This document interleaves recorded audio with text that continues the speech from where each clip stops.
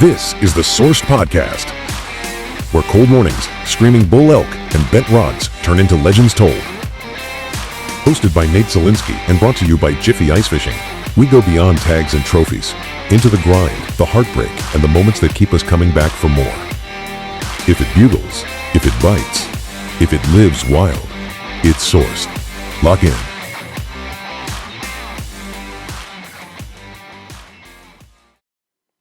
Welcome to the Source Podcast. I'm your host, Nate Zielinski. Guys, we have another awesome episode today. And as always, all our episodes are officially brought to you by Jiffy Ice Fishing. Super happy to have them as a partner, as again, they are just kind of in that flagship space in the ice fishing world. But without further ado, we got an amazing guest. We got Mr. Nick Chiodo coming on today. Nick, how you doing today? I'm doing good, Nate. How are you? I'm doing fantastic, man. So, concept. I've actually avoided this podcast for a while because I think it's great information, but obviously, like anything in the digital world, you never want to hurt anybody's feelings. I don't want anybody to think that they're like better or worse or anything like that. But you're coming in, you're going to give us the perspective on, like, I don't want to really call styles of angling, but maybe like styles of careers. But you're going to lend us input coming from a like marketing director, pro team developer. You've built some of the largest teams in the fishing industry as far as from the brand perspective. You've worked with literally world-class anglers. I mean, Hall of Famers, the best of the best. You've worked with them all. You've seen all categories of angling. And I want to pick your brain on it. I want to talk to you about those categories. Let's do it. I mean, that sounds exciting, and there's a lot there. Absolutely. So as we talk about this, what we're meaning, right? So I'm an angler myself. I fall into a handful of these categories, but what we want to talk about, I even have like a list to make sure I don't forget anybody, right? In the tournament world, you have a tournament angler, right? This is an elitist. This is somebody that makes their career, their living as a tournament angler. So we're not necessarily talking a weekend guy. We're talking a hardcore professional angler on the tournament side, and that is a category or level of angling, and a big one, right? As you go down, you have full-time guides. Same type of thing. We're not necessarily for this podcast talking about a guy that takes a handful of guide trips that has a 9 to 5. We're talking about guides that make their living guiding fishing, right? And this is a very high-ranking angler for me, in my perspective, right? If you do it part-time, you have to catch fish part-time. If you guide full-time, you have to catch fish. If you don't catch fish as a full-time guide,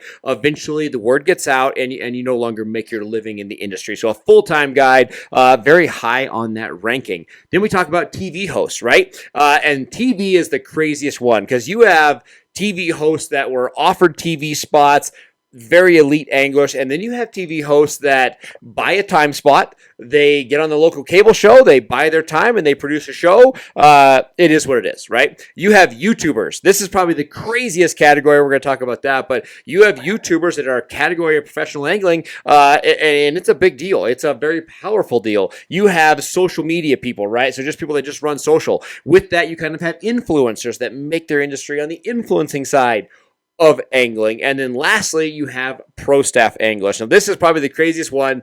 I'm going to tell you right now, I come across sometimes negative about this category, but I also probably have the most respect out of this category. So I come into the Prostaff category very widespread, right?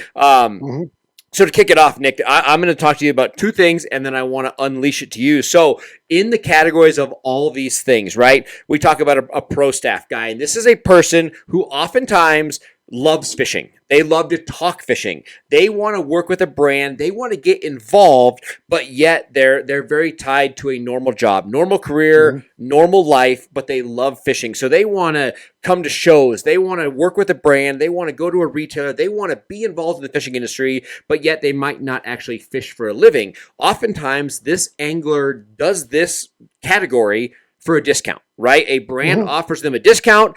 They dedicate so much time to working, to taking photography, to working for that brand. And where it gets negative is you have a tournament angler, a guide, oftentimes where I found myself in the career, and I come to a brand, I'm like, hey, I fish for a living. I don't have any other job. I need a retainer. I need to be paid to represent your brand. And people like you come to me and say, okay, I can have 10 Prostaff guys that I give a discount to that work hard. Nate, you want to get paid.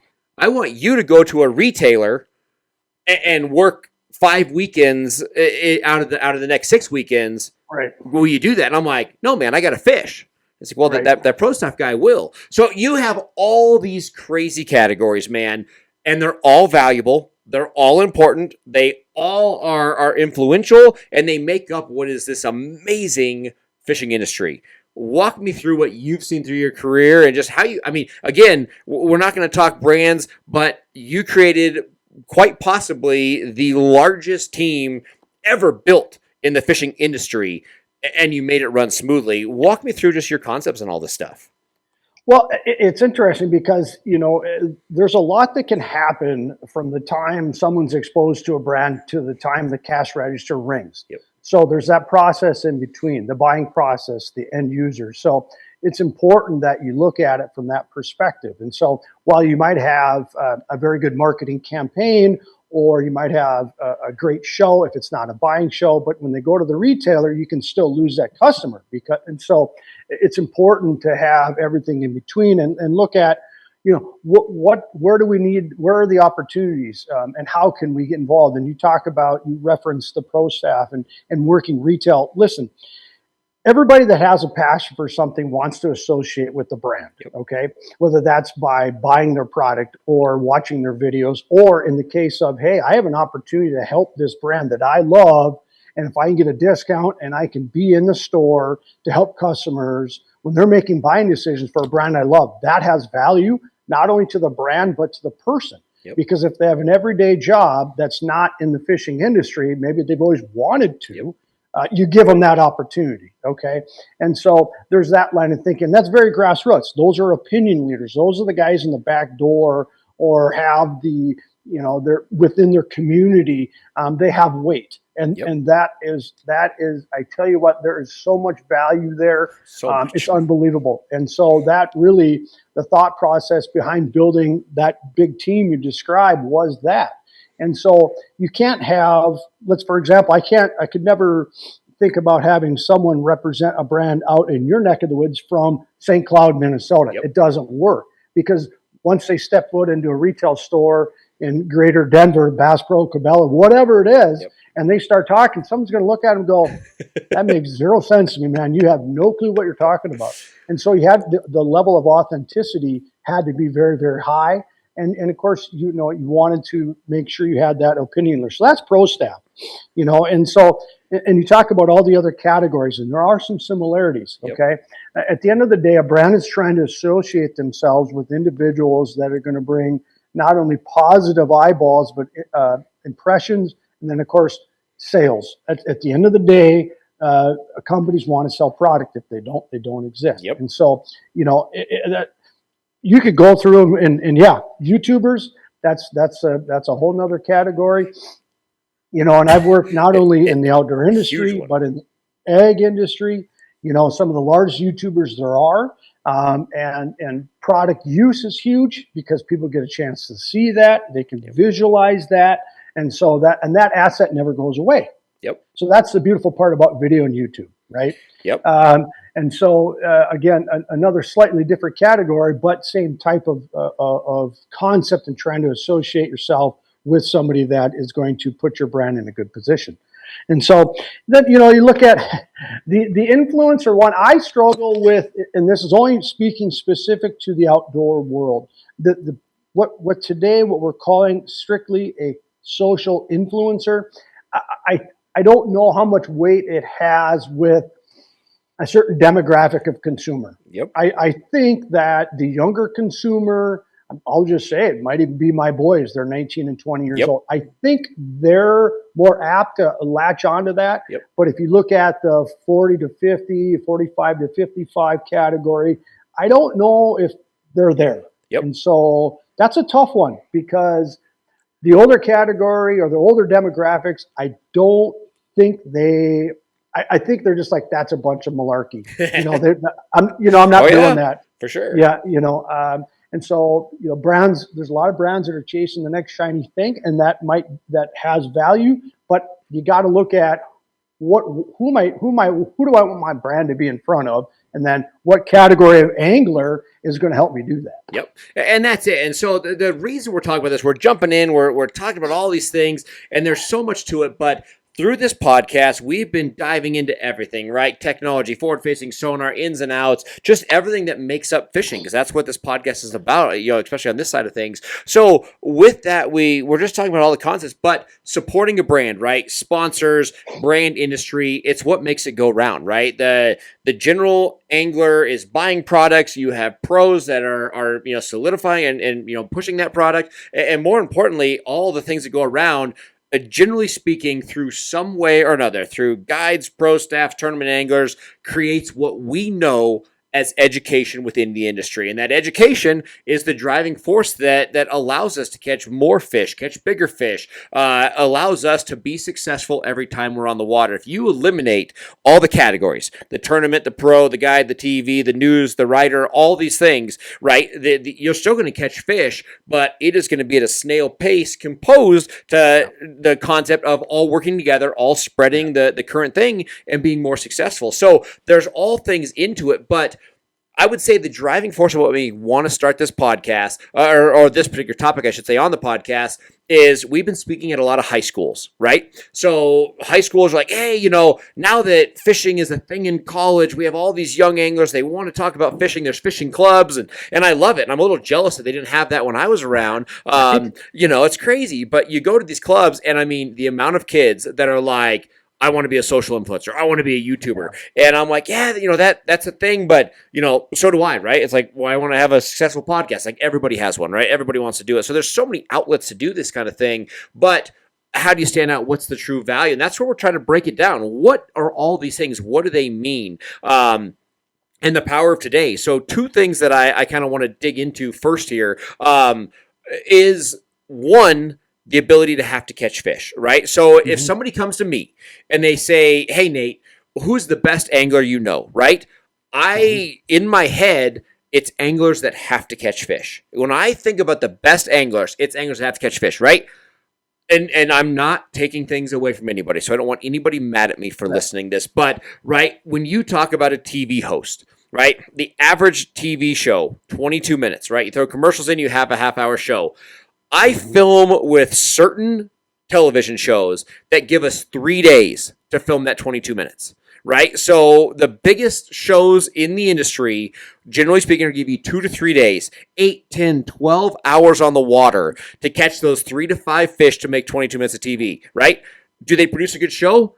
Absolutely. Do they deliver education? Absolutely. There's nothing wrong with it, but you have a huge window to catch fish, and you can usually always get it done, and they become a hero on film, and they might not necessarily be some of the best anglers, right? Same thing on social. I talk about this all the time. Guys will go out fish for a week, catch one fish, and they blow up the internet with it, and it's crazy. There's actually a local guide service right now that I'm around, and I'm watching these guys, and I'm like, man, like these guys are epic. I've never seen so many big fish. But then I start to kind of, I'm on the water with them, and I'm like, man, they're only posting a picture every 4 days. So they grind for 4 days, and they post that one pic, and they're going to be a hero. So there's so much to it that it's just absolutely crazy. Then you look at the tournament guys, right? They have to weigh in a 5-fish limit in an 8-hour window. Everybody's watching. You can't hide the standings. The standings are posted at the end of the tournament. They have to catch fish. The guide has to catch fish. When I talked about levels of the industry, the tournament guy, I have so much respect for because they have to catch fish. If they don't catch fish, they lose the endorsements, the whole thing tanks for them. Guides, you can have a bad day here and there, no doubt. It happens to everybody. But if you continuously don't put fish on the boat, you don't have a career as a guide. So the guides and tournament anglers are, in my opinion, because I've been there, are at this whole other end of the respect world because it's like they have to produce fish. But yet, if you talk to the average consumer, hey man, who's the best angler out there? The YouTuber, the influencer, the TV guy tend to get the credit. It's just crazy to me, but there's so much to it on all levels of it. Well, and I think part of the issue is that we as end users and consumers want to absorb knowledge, and it has to be now. So the patience level is not there anymore. And so when they see the YouTuber or the TV host, and and they're watching the video, the 30-second video, the minute-long video, or they actually sit down and, heaven forbid, they actually watch a television show. They think that's gospel to them. Yep. And so they don't, the tournament scene doesn't get, in a larger scale, probably doesn't get as much exposure. Not even a little bit anymore. It's going away. Yeah, I was just, when you asked me to come on here, I was thinking about the tournament angler. I go, when's the last time you went to a weigh-in? Or when once in a while I'll catch on TV the NWT when they do their they film all year, then they play them back the next year. I'll watch that just because I know some faces out there and it's fun to see. But that's just not on a large enough scale for a brand to get really jacked up about, in my opinion. Yeah. Now, you say that those guys fish every day. Absolutely, they have to produce results. They validate validate the product they use. They put it through the ringer. If those guys or a guide that guides every single day, they're putting product through the ringer, and that there's value to that. Because so if you think about it, like from a guiding perspective, one of the things I thought about was, in a past life, you go to these bigger outfits that run a bunch of ice fishing clients out on a daily basis. They're in the grind every single day. Yep. No matter what Mother Nature is doing, they have to be going, right? And so what better way to just say, hey, how about you guys use all of our products? So every time someone hops in your in that machine to go out to the fish house, or if it's in the summer, what have you, someone's going to take notice. Like, oh my God, unfortunately it's really crappy weather, but man, he looks like he's comfortable. He's working his spot off. What is he wearing? What is he using? And so there's a ton of value there, and that's that guide aspect that has huge influence. And it's funny, the tournament scene's been around a long time. It was probably back in the day the big motivator or the big machine to get information out to end users, and that's changed. The passion for those guys hasn't changed. And so they have to catch fish. They have to. They want to show up when the camera is on. They want to show up in that top 10, top 20. So they make that television show so they can report back to the brand and say, hey, I fished well, and here's what you got for exposure XYZ. That's it, and it's crazy, and it almost breaks my heart because you and I, obviously we're older, and that's probably why we cling on to that tournament. But once you're in it and you're kind of seeing all aspects of the industry and all these categories that we're talking about, the tournament guy that has to produce in all situations, right? Spring to fall, rivers to lakes to reservoirs, whatever, right? There's so much to it, and we have so much respect for them. But I jumped into the professional walleye tournament series in the 2005, 2006, and my tournament series was short-lived, not because I didn't want to. I loved it. I miss my tournament days so much, and all of a sudden around that 2010 to 2012, which seems like yesterday, but it's a long time ago, the brands that I was working for, the brands that were paying me to fish, the ones that I was making my living on, came to me and said, hey, the tournaments are great, but they're not getting as much TV exposure. They're not getting as much magazine exposure. We would rather have you do a video that goes to a forum. We would rather come out and film with you and have it live on our website. We would rather you go to a retailer and spend your weekend hanging out with people selling product opposed to a tournament. So my tournament career, I hate to say it, was almost cut short simply for the fact that the way I made my revenue,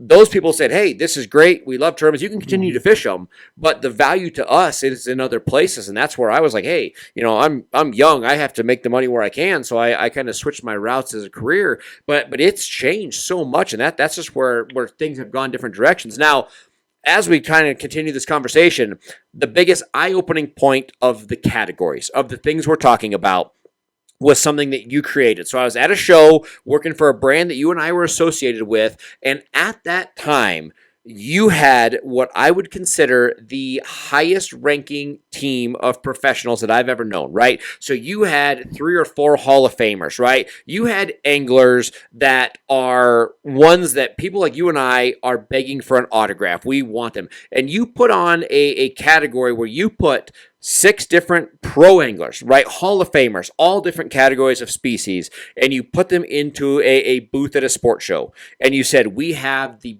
biggest elite names there ever was. And you had these guys here come up, meet and greet, get autographs, pick their brain, right? And they're there for everybody's exposure to talk to. Mm-hmm.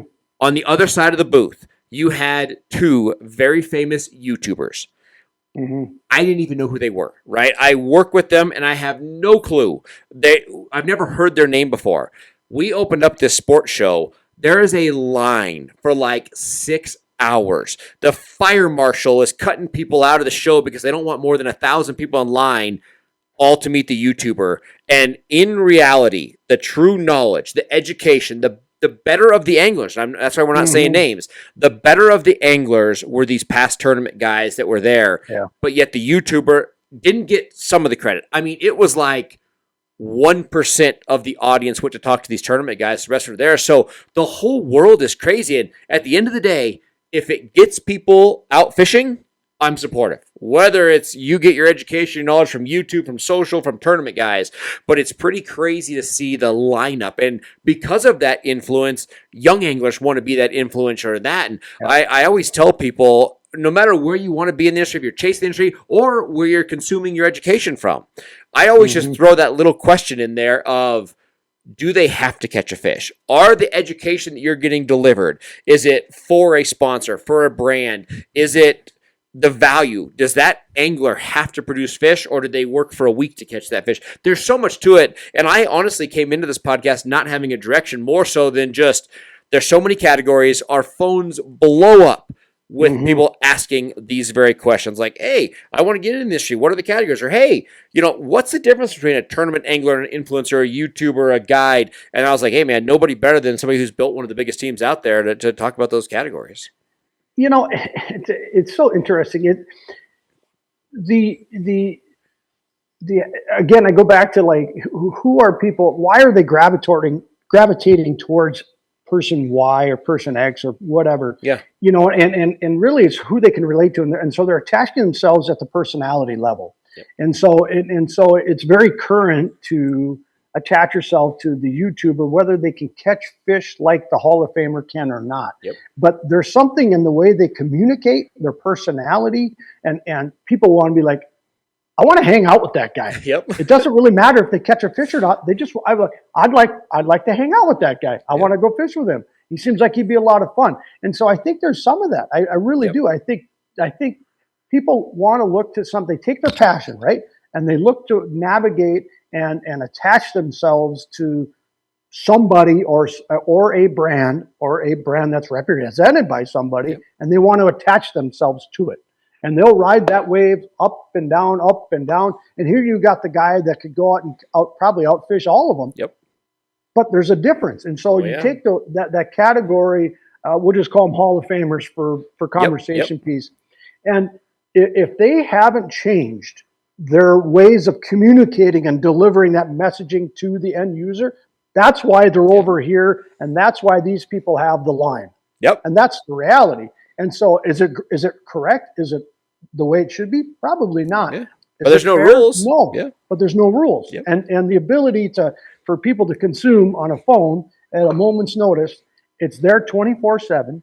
It's there when you want it. It's there when you wake up. It's there when you go to bed. Yep. And so it's wild to me. I shake my head sometimes. I laugh sometimes, and I'm like, man, it's just crazy. It's nuts. I mean, that's it. It's so crazy in the industry, right? Even myself, right? I'm buddies with these Hall of Famers. I look up to them, but I also work with them, so I have access to them. But yet, if I'm on the water, right, and I'm struggling, and I'm like, oh man, somebody told me about a new technique, a new whatever, right? Like, do I call my buddy and say, hey man, what's this technique? Or do I get on YouTube and I watch it? So, like, 100%. Again, I feel like I get negative to this topic because I'm a guide, because I'm a previous tournament angler. I can't even call myself that anymore. It's been so long. But I tend to be on the more Hall of Fame-ish. I'm not a Hall of Famer, but like I'm on that side to where I'm older. But yet, even myself, when I want, when I'm going to have content, education, I'm watching this younger person. I'm like, man, did he really even catch that thing? Or is that, did it take him a week to get that? But at the end of the day, I'm watching the video. You know what I mean? Yeah. There's so much to it. I've learned a lot just with the interaction with my boys. They're 19 and 20. Yep. And they're big into the outdoors, hunting and fishing, and just what they do, what they look at, and how they refer to it. And it's crazy to me how even down to the TikTok level, which I don't do TikTok, Yep. call me a dinosaur, whatever. I just don't do it. I don't do Snapchat, whatever. But that is where that is the Bible to them. That is where they get it. And that's your next big, as they grow and get to a spot where they're in their careers or whatever they're doing, and they have that expendable income. Well, the impressions made now are where they're likely going to spend their money later. Yep. Especially on a larger scale, whether that's a boat or a camper or what have you, whatever the deal is, or an ATV, whatever, It doesn't much matter. So, that's why, brands need to embrace and stay dynamic and yet still make sure that you are in front of the people that like the Hall of Fame crowd, that older crowd. But at the same time, you cannot forget that there are 18 to 20-year-old kids, and the purchasing power is insane now. With all the delayed payments and this installments, it's just, you got to be careful. You can't leave it behind. You just can't always chase the next shiny thing, but you got to be there. If that makes sense. 100%. That's it. It's funny because I do a weekly radio show, right? And it's so funny because I have support from my family, my audience, things like that. But so many people are be like, man, Nate, you have a podcast, we're on it right now, but you do a weekly radio show, and the weekly radio show is very much like a regional bite. Hey, here's where to go, here's what to do this. And from the 12-year-old to the 70-year-old, they're like, that's what I want. They're like, why does that only exist on FM radio? Because that younger audience is like, are you kidding me? I have to tune in Saturday morning. It literally mind boggles them. And they're like, that's what I want. So, but I do the radio show because that's my connection to that 67-year-old figure. That angler, that outdoorsman who's on that older, genetic side of things. That's where they consume it. And then I still partake in writing for fishermen. Everybody's like, dude, nobody does that. And I'm like, hey, at the end of the day, it's that audience. So I try. Now, I definitely need to be more TikTok-y instead, and I'm not. But again, to be powerful in the industry, you have to do them all. And I think that's where an angler, let's just say you're career driven, you want to be in the industry. If you can do the younger generation, the TikTok, the social, all the way up to the tournament angler, you have it nailed. And that's where I think if all anglers would branch out a little more, it'd be good. And I say this because I think consumers consuming the content, if you can be more widespread, you should follow up on what the old timer is producing or has produced, because that information is still very valid.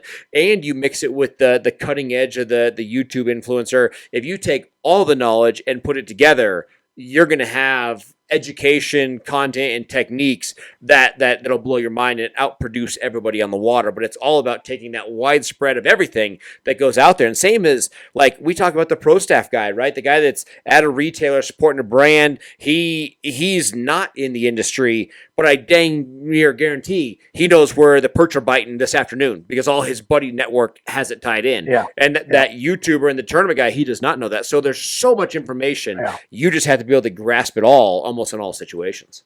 You do it, and as a brand, you have to try and grasp it all too. And so, you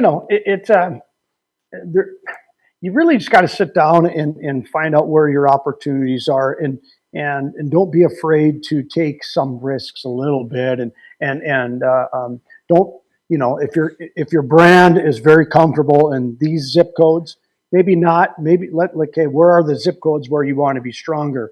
Then you need to go to those zip codes, and you need to find out who the Prostaff, who literally, if you have a dealer, call the dealer and say, who's the guy that everybody looks up to here? And they're going to go, well, it's Billy Bob, and he's got he's out every day fishing, or he's doing this. Okay, I'm calling Billy Bob. Billy Bob, how you doing? And so people, they love to hear what's going on in their backyard. And then typically what we have found, it's there, and whatever's going on straight north of them. It's, call me crazy, I don't know why that is. They just, you gotta look at it. It's proven itself. People like to know what's going on there, and then just straight north of them, because most of the time, at least in the ice fishing world, that's, you had to go north. So it's probably why people want to pay attention when it's going to go north.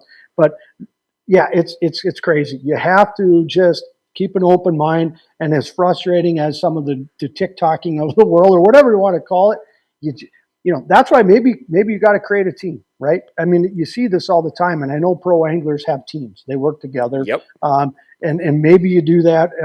If you're going to jump into this world and you're talking to these high school kids, okay, you are good at these categories or these silos or these channels.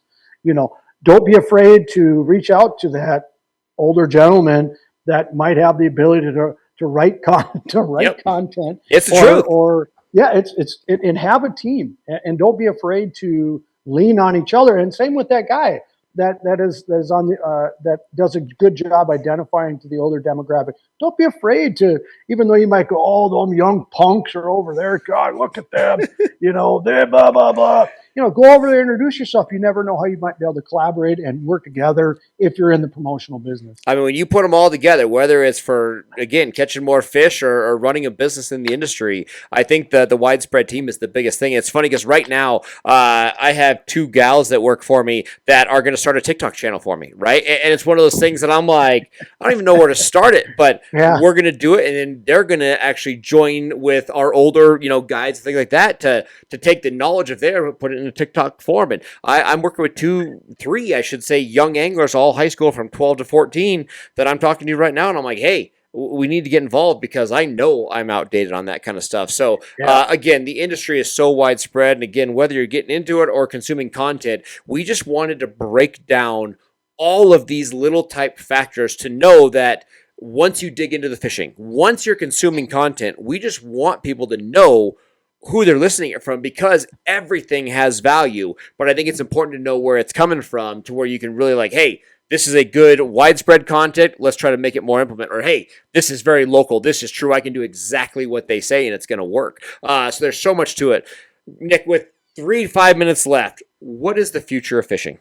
As a marketing director, somebody that's involved in brands, whether it is from a brand perspective or just fishing in general, is it more social? Is it more high school? What is the future of fishing in the last couple minutes here? Boy, I tell you what, I kind of, I think from a brand perspective, I think you need to understand where social is heading. I really do. I would say the more traditional means, or calling YouTube traditional seems odd, but it is for me anyway.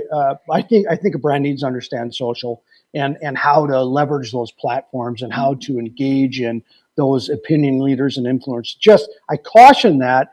Just make sure that you vet those out and you're not just chasing the next shiny thing. Yep. Just because it's not all sunshine and roses. And one misstep, it can be very, very detrimental. One misstep with the wrong individual, and all of a sudden your brand is everywhere in a bad way in a moment's notice. Oh yeah. So, but I do think you have to embrace and understand where social is heading, and and I think from that perspective, that's where things are headed. Yep. Nope. I couldn't agree more. I think that short form content, education, all of that, just make sure you kind of vet it and know where that education is coming from. Awesome. Well, Nick, I know that we're kind of running out of time now. Man, I appreciate you coming on, and you and I could talk for 5 hours about this. We get in person, we talk about it, because each category has its own levels of education content, where it comes from, and it's crazy because in our world of content, again, whether we're learning or we're producing it, I think some of the best anglers in the world aren't techie, and their knowledge will never be heard. They shined in tournaments. They shined in guiding. But if you're not comfortable in front of a camera, you're not right. And then you have people that are ultra comfortable in front of the camera, and maybe they don't have the right message. So there's so much to it. We could break it all down individually. But more importantly, the point of this Sourced podcast right now, explain, right? You have tournament anglers. That's a channel. You have guides. You have influencers, YouTubers, TV. The list goes on and on. You're watching their content, and or you're maybe in their shoes starting to produce this. Just the whole world. Think about the categories. Take it for what it is. And again, I think all of these leads to the greater good of fishing, and it's just going to help grow the sport. And I will say, the more consumable we make it, the more we're going to get back the young anglers that might have gone out of it. People tell me I'm crazy, but I tell you, you watch how many young anglers are thriving and wanting to be in the bass world because they've done a good job in that category, that younger generation. Yes, It's just proving that it's working. So it's just crazy. But Nick, thank you so much for coming on, man. We appreciate the heck out of it. Hopefully, some people get some knowledge of where all this industry is, what makes it, and where it's going. We appreciate that.